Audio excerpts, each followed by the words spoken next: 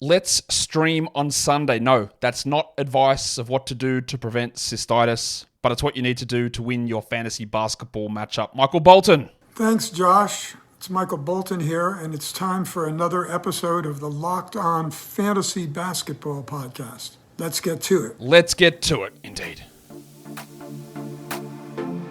You are Locked On Fantasy Basketball, your daily fantasy basketball podcast, part of the Locked On Podcast Network.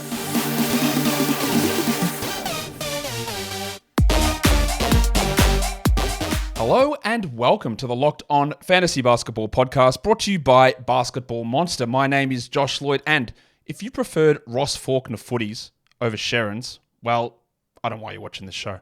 I'm also the lead fantasy analyst at basketballmonster.com, and you can find me on Twitter as always, at redrock_bball, on TikTok at redrock_bball, and on Instagram at Locked On Fantasy Basketball. Today's episode is brought to you by LinkedIn Jobs, which helps you find the qualified candidates that you want to talk to faster. Post your job for free at linkedin.com/LockedOnNBA. That is linkedin.com/LockedOnNBA to post your job for free. Terms and conditions apply. Thank you also for making Locked On Fantasy Basketball your first listen every day. We are free and we are available on all platforms. Why don't you double bang those platforms? Watch the video, listen to the audio. And when you're perusing the video, hit that thumb, hit that bell, hit that subscribe. Are we going to get 75K? I don't think so. Maybe that's a next season goal. But I believe in you guys. There's some stragglers around. Hit the subscribe and let's crack on. We've got Sunday's action. The 17th of March, there is an early game. Some might say it's a little too early. Well, for me, it's definitely too early, because it is a 4 a.m. start here for me. That is a 1 p.m. Eastern Sunday tip of the Suns and the Bucks. Then there's a 3 p.m. Eastern game, a 3:30 p.m. Eastern game, two 6 p.m. Eastern games. What are we doing? Why is everything so early? 6 p.m. is such a weird time.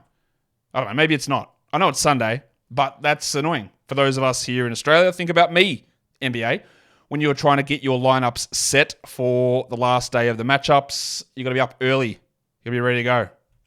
We're all ready to go, I hope.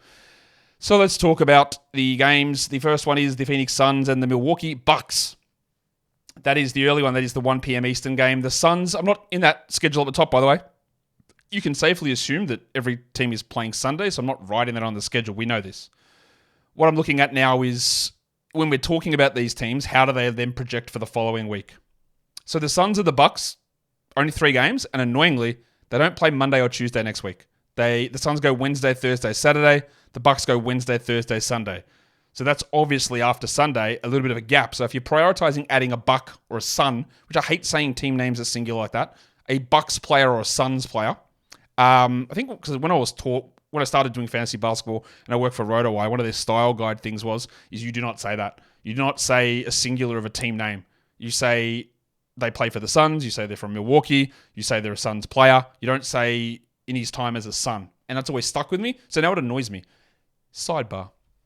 Yeah, so if you're looking to stream somebody in for the Sunday action from Milwaukee or Phoenix, understand that you're going to get 2 zeros to begin next week. And ideally, to maximize our games played, we want to hit people who hit or who play Sunday and then give you something early in the week so we can move off them to get the backloaded guys. Yes? Cool. Damian Lee's out. Josh Okogie has been ruled out now. Yanni is questionable, but the big fella, James Christian Middleton is back. Now, I'm sure he'll play like 21 minutes and then be in and out of the lineup for the next 3 weeks. And this limitation will last for the final 4 weeks of the season. And honestly, with 2 zeros Monday, Tuesday, and then a Wednesday, Thursday back-to-back, I don't think you add him.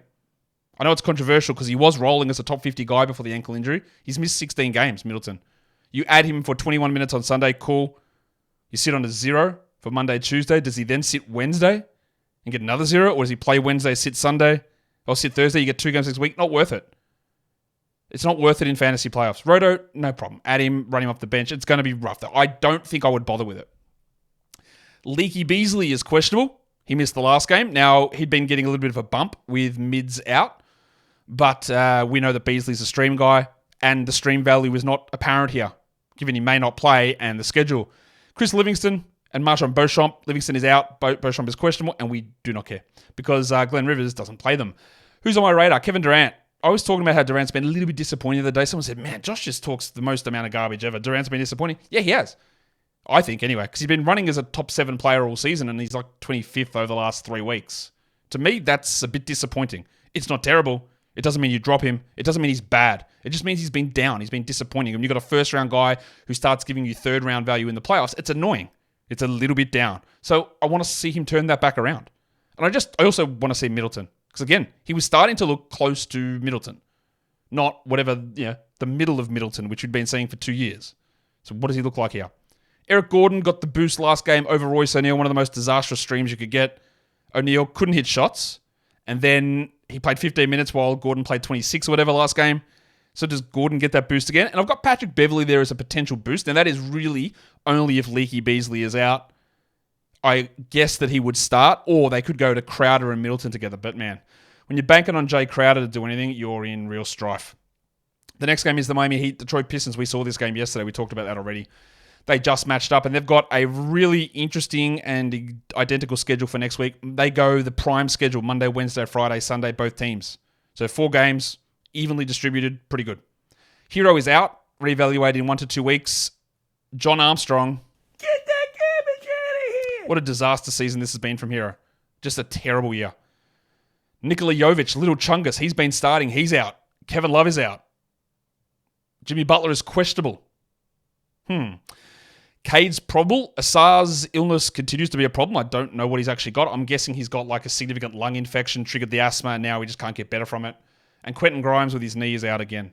So we know what happens. Asar's out. Fontecchio goes up. But the Heat one is interesting. Caleb Martin will almost certainly start in place of Jovic, I would guess. But if Butler's out, that means Jaquez moved into that spot. And then you get those 3 stream guys, Robinson, Jaquez, Martin, probably all starting together. If Butler is out, of course.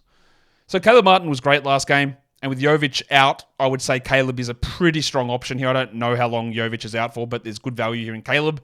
Well, the big fella Jalen Duren is beasting at the moment. He's showing us that maybe if we did a draft next season, we'd have to consider him at the very least top 50. Very least. A lot of water can go under the bridge. I'd love to see more defensive stuff from him, but he's in a real hot streak at the moment. Dunk Robinson continues to get the boost for Miami, along with Martin, and perhaps Jaquez too. Well, Jaden Ivey gets the boost. Now, the boost that Jaden Ivey is getting is just getting a lot of minutes. We expect Cade to play, but Ivey's playing like 36, 37 a night. Both Cade and Ivey had 9 assists, I think it was last game, or maybe it was the game before. Now, we know Jaden Ivey has real problems with field goal percentage, usually free throw percentage, and steals and blocks. And you've got to weigh up whether the scoring boost and assist boost is worth it for Ivey versus the detriment he provides in other categories. In a points league, very different story. Ivey's been a must-roster points guy all season. Categories he's on and off. But that really just, again, it's always going to depend on your team, your structure. What do you need? Because here in this matchup, week 20, playoffs or not, what do you need to win the week? And if you're set, then you're set. Who cares? You just build for the future. But understanding the downsides of a player's game is really key. Today's episode is brought to you by LinkedIn Jobs. No downsides here. LinkedIn Jobs is when you're looking to hire for your small business. That's where you want to go because the quality professionals are key to getting the job done and being successful in your business. LinkedIn Jobs has those tools to help find the right professionals for your team faster and for free. I've said this many times. I used to do a lot of hiring through my many, many years as a pharmacist, and it was annoying. The worst resumes you'd get. You put an ad. We had to do local paper advertising that gets you dropped into letterboxes. And it would just get the worst results. And the time that it wastes, oh my God. LinkedIn Jobs cuts that stuff out. It's not just another job board. It's got access to over 1 billion with a B professionals that can see your job and can reply to it and get put in front of you really quickly. In fact, small businesses love it because 86% of small businesses have said that they get a qualified candidate within 24 hours. You got to wear so many hats as a small business owner. Marketing, HR, PR, customer service, hiring, CFO, CEO, COO, CBO. That's not even a real thing, but I'm making it up. The Chief Business Officer for businessmen. Post your job for free at linkedin.com/LockedOnNBA. That is linkedin.com/LockedOnNBA to post your job for free. Terms and conditions apply. Is CBO an actual thing? I don't think it is. CFO, COO, CEO. CBO? Maybe? I don't know. Anyway, I'm sure that sidebar is completely unnecessary. I don't know why I wrote Detroit up on the top of this graphic. Ignore it. It's Denver. It's because we're talking about the Nuggets and the Dallas Mavericks in this game. So that top one that says Detroit should say Denver. They go, the Denver Nuggets, let's rephrase it again, the Denver Nuggets go Tuesday, Thursday, Saturday next week, while the Mavericks have a bad 2-game schedule. Tuesday, Thursday, but that means Dallas plays Sunday, Tuesday, Thursday. So it's a mini prime. It's a 3 games in 5 nights, which, when you look at the totality of the week for week 21, is bad. Your Gaffords, your Kyries, your Doncic's, 2 games is bad. But if your league is set up correctly and you don't have a cut list and this is your playoffs, you just ride Luka and Kyrie through to Thursday and then you drop them. And then you drop Gafford and then you add someone in, get an extra 1 to 2 games at the end of the week using that roster spot. Josh Green is out. It looked like a pretty serious ankle injury. I'm going to guess that he'll miss all of this time. These Tuesday, Thursday. And then obviously 3 days at the end of the week where they don't play. He won't play either, clearly. Luka is officially questionable for Sunday with a hamstring. They said that it was good news. There was nothing on the MRI. If he misses Sunday, then somebody's lying. Simple as that. If he heard that hamstring problem the other day, was it Wednesday maybe? And then he sat out the next game. And they're like, oh, we got great news. It's fantastic news. Luka's good to go. The MRI is clean.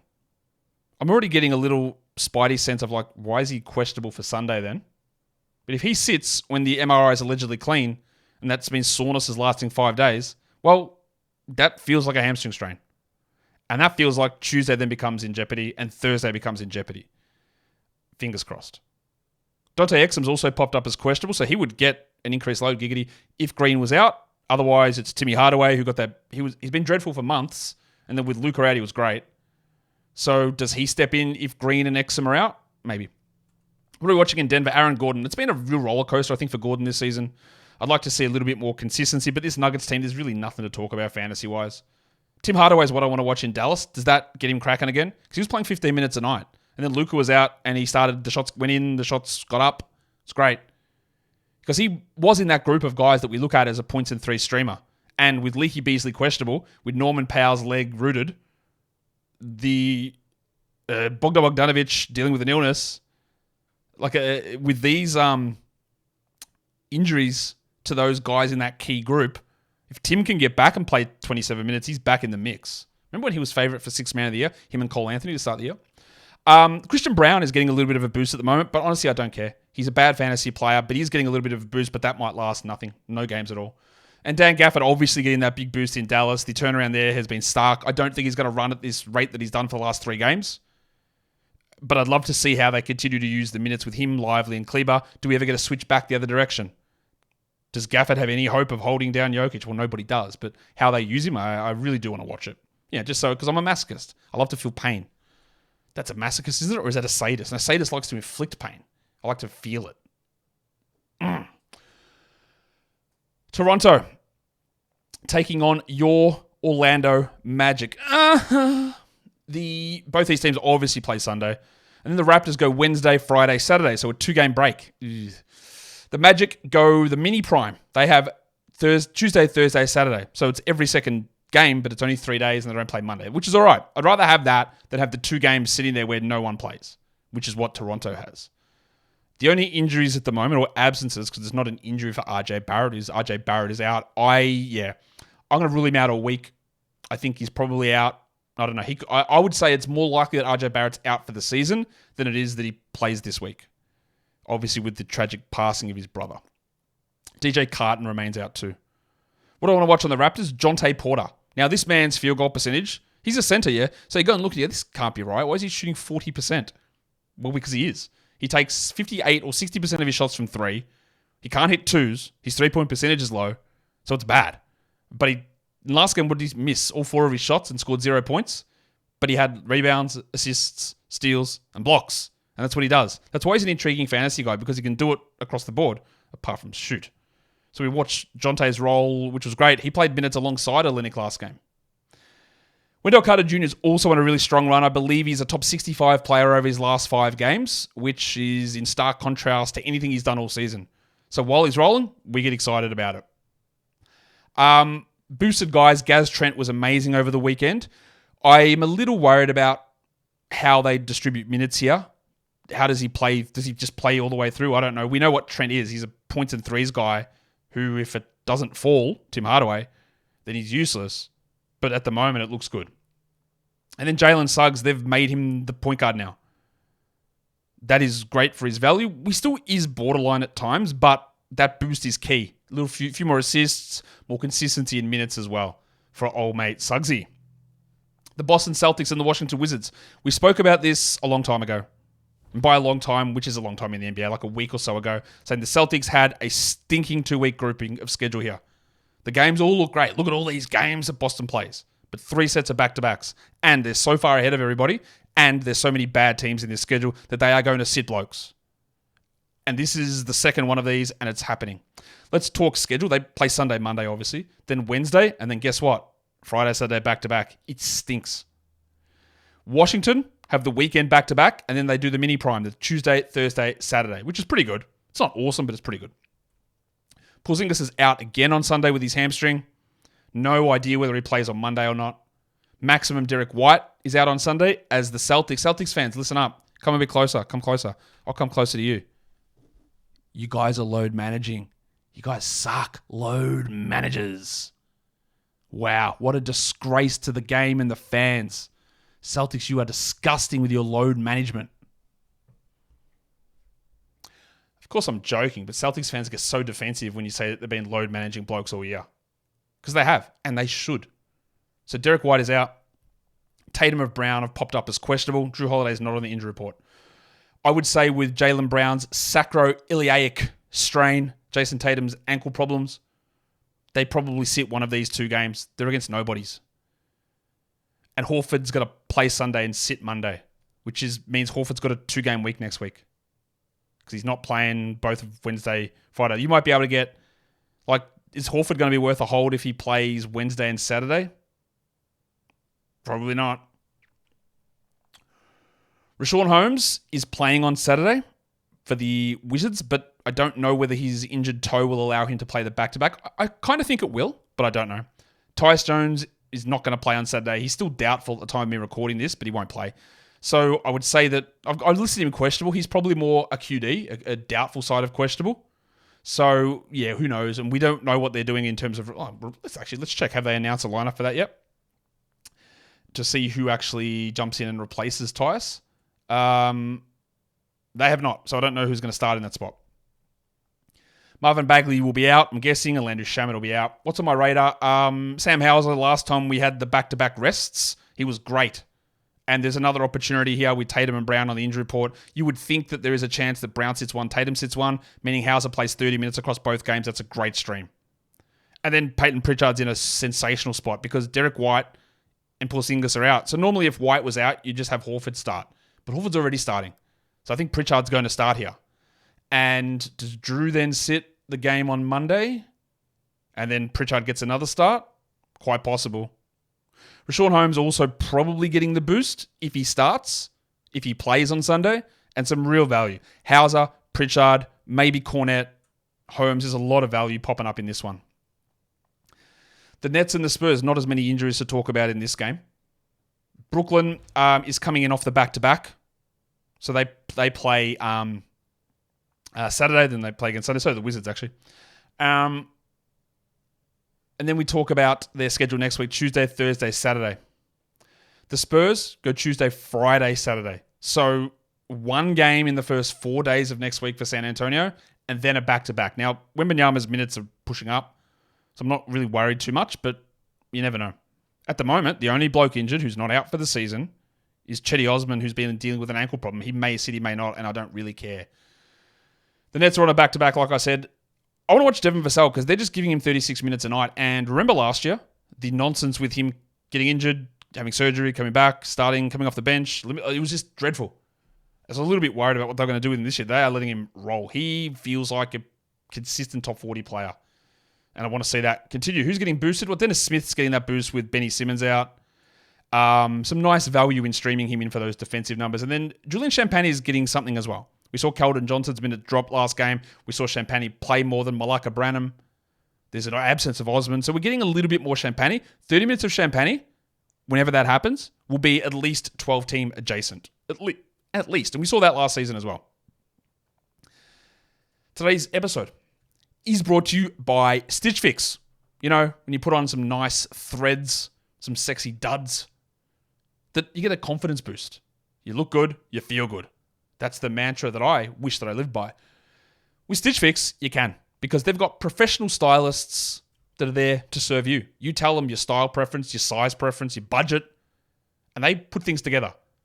It's not a subscription thing where it comes each month and you got to go, oh, delay this one. Or, no. You just tell them, hey, big fella, send the box through. 5 clothing items, comes through in the box. They know what you want. They know what you like, and they know what's on trend. So they send it through, you look at them, and you love it. If for some reason something is not quite to your liking, maybe because you're a fashion coward, which is fine, I am too, and you say, nah, not for this one, I'm going to send it back. Shipping, returns, and exchanges, all free, always. So, get that style that makes you feel as good as you look and get started at stitchfix.com/lockedon. I don't like that phrase. That's fine. Style that makes you feel as good as you look. Maybe it does. Maybe I'm wrong. Nah, you know what? I'm back in Stitch Fix. I like it. That's stitchfix.com/lockedon. stitchfix.com/lockedon. All right. Is there one more game? I believe there is. It is a big one. It's Atlanta. It's the Clippers. And by big, I mean there's a lot of names for me to talk about here. The Hawks play them Sunday, Monday back-to-back, and then they go Monday, Thursday, Saturday. So it's a little bit wonky as a schedule. Well, the Clippers, they had a really good schedule, and now it's not good because they don't play Monday, Tuesday. They go Wednesday, Friday, Sunday. So at least there's no back-to-backs in there. For Atlanta, Trae Young is out, and Onyeka Okongwu is out. Bogdanovic is dealing with an illness. He missed the last game. He was sick 2 days before that. I would think he's probably going to play, but I don't know. Kobe Bufkin is out. Mohamed Gay is out. And then we get to the Clippers. Westbrook's out. We know that. I'm labeling Norman Powell as doubtful. There's no way that man is playing. That leg was wrecked. He's on crutches. There's just no chance. He claims he's playing. He's lying. He claims he's playing. And we all know, especially with the Clippers, when the player says that, they're lying. The curious one's going to be Jimmy Harden, because he missed the Thursday, Friday back-to-back. Is his shoulder actually that wrecked, or just getting a couple of games into rest? This will be very interesting.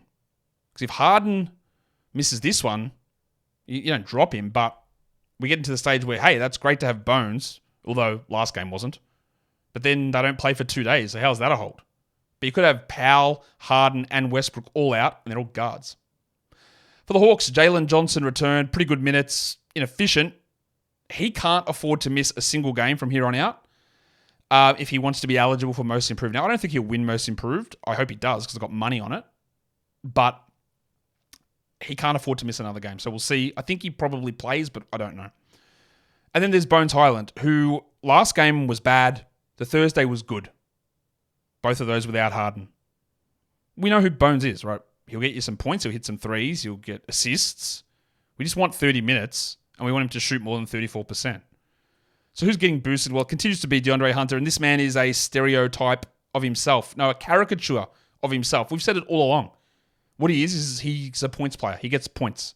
And he'll have a game where he has 25 points on 70% shooting. You go, oh my God. Look at that.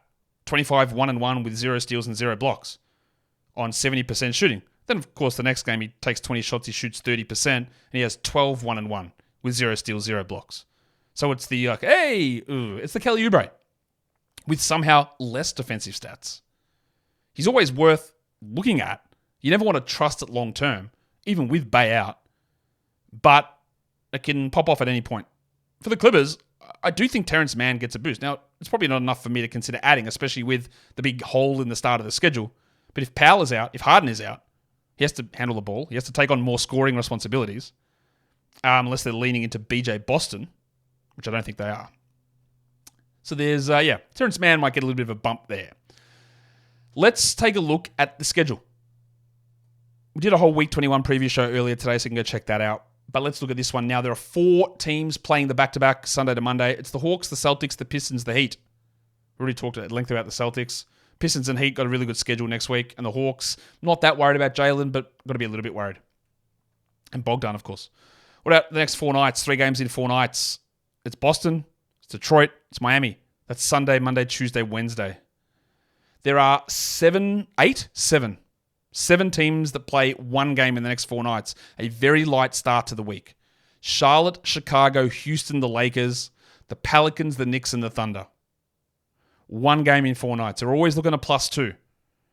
A Peyton Pritchard stream for you were trying to an Andre Drummond because Kobe White's out the next 2 games.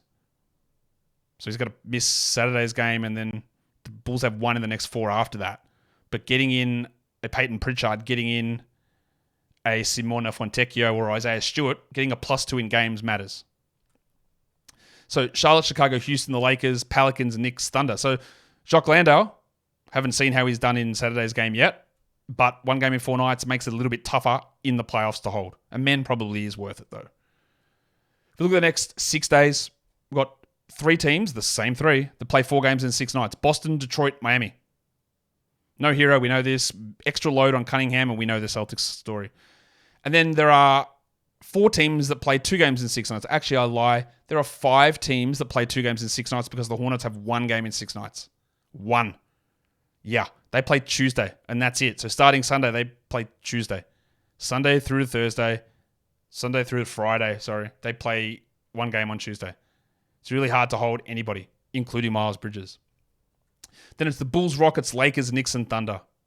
So holding a Precious Achiuwa, Bojan Bogdanovic, Isaiah Hartenstein makes no sense. Lou Dort makes no sense. D'Angelo Russell and Reeves probably do make sense for the Lakers, but it's borderline. But you're getting a +2 over 6 days. It's not ideal, but it's okay. Let's look on 7 days. Can we get an actual W here? Yeah, we can, because there is a big +3 advantage happening here. The Celtics have 5 games in 7 nights. The problem with them is their main guys won't play and they're all rostered anyway. So it's about, can I sneak in Sam Hauser's 5 in 7? Is that enough to benefit versus 2 games of the Hornets, Lakers, and Thunder? Is 5 games in 7 nights of Sam Hauser or Peyton Pritchard better than 2 games of Brandon Miller? Better than 2 games of Vasily Micic, Trey Mann, Grant Williams, Austin Reeves? Lou Dort? Yes. Josh Giddey? Maybe. That's 50 minutes for Giddey. 5 games of Pritchard. It's minimum 100 minutes. Plus there might be a couple of 30s in there, which give him 120 minutes over 7 days versus 50 of Giddey versus, let's say, 70 of Miller. It might be worth it. There are 13 teams that have 4 games in 7 nights, giving them a +2 advantage over Charlotte, the Lakers, and the Thunder. But obviously the 5 for Boston is the key one there. In 8 days, 5 games in 8 nights, Boston, Detroit, Miami. I just keep saying that. And then there's the teams that play 3 games in 8 nights. Chicago, Dallas, Houston, the Lakers. Memphis, the Knicks, the Thunder have 3 games in 8 nights. And the Hornets have 2 in 8. So again, you can stretch that out. You can get a Boston, Detroit, or Miami guy, drop a Hornets guy, get a +3 over 8 nights, which is Sunday through to the end of week 21 on Sunday. It's a big, big win. So as good as you think Bridges is, or Micic is, or Mann is, or Miller is, or Williams is, or your flyer on Pokuševski, it's not. It's not. The value of these other guys, Caleb Martin, Duncan Robinson, Jaime Jaquez, it's way higher with 3 extra games, I think. That's a big difference. Let's look at Sunday specifically. Yahoo Points Leagues, who are we streaming in? I've given you a mix here. 3 guys who are under 60% rostered at least, and then 3 guys under 30. DeAndre Hunter, Simone Fontecchio, and Jalen Suggs. Rashawn Holmes if he plays. Peyton Pritchard, who I think will start. And the big fella Johnny Isaac. He's doing some real good stuff at the moment for Orlando. The ESPN Points League list is basically the same, just slightly different order. Suggs, Hunter, Fontecchio, Holmes, Pritchard, and Isaac are the guys I look at there.